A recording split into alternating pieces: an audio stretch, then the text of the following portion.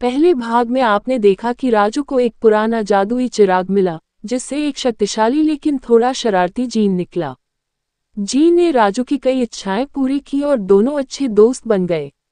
अब आगे, राजू अब अपने गांव में हीरो बन चुका था। उसके घर में अब अंधेरा नहीं, बल्कि रोशनी और खुशहाली थी।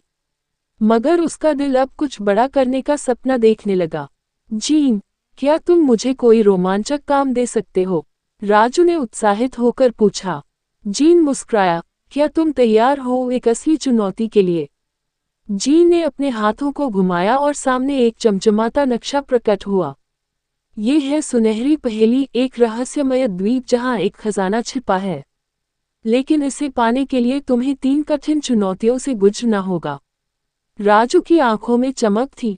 मैं तैयार हूँ। राजू और जीन जादू के कालीन पर उड़ते हुए गुफा तक पहुंचे।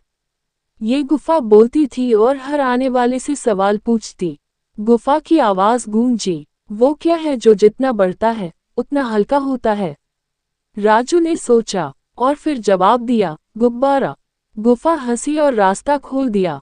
अगले पड़ाव पर उन्हें एक पतले झूलते पुल से गुजरना था, लेकिन हर पग एक सवाल था। गलत जवाब देते ही पुल गिर जाता। एक सवाल, राजू, ऐसी कौन सी चीज है जो हर इंसान को मिलती है लेकिन हमेशा कम लगती है? राजू बोला, समय। पुल स्थिर हो गया। राजू ने मुस्कुराकर जीन की तरफ देखा। अब उन्हें एक सुनहरा दरवाजा मिला जिस पर लिखा था, खजाना उसी को मिलेगा जिसके दिल में लालच नहीं है। अंदर एक बड़ा कमरा था जिसमें ढेरों सोना, हीरे और मोती थे। मगर एक कोने में एक बूढ़ा आदमी बेहोश पड़ा था। राजू ने बिना कुछ सोचे दौड़कर उसकी मदद की। उसी समय कमरा सुनहरा रोशनी से भर गया और एक रहस्यमय आवाज आई, तुमने दिल की परीक्षा पास कर ली। कमरे में अचानक असली खजाना प्रकट हुआ, एक किताब, एक बीज और एक दर्पण। राजू हैरान था, ये क्या खजाना है? जीन मुस्कुराया, ये तीनों चीजें तुम्हारी जिंदगी बदल देंगी। किताब से ज्ञान मिलेगा, बीज से जीवन की आशा, और दर्पण तुम्हें खुद की असली पहचान दिखाएगा। राजू गांव लौट आया और अब उसने गांव में एक स्कूल शुरू किया।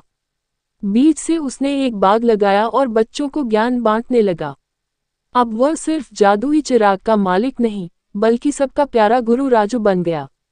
जीन ने मुस्कुराकर कहा, अब तुम्हें मेरी जरूरत नहीं, लेकिन याद रखना, हर इंसान के अंदर एक जीन छिपा होता है, बस उसे जगाना होता है।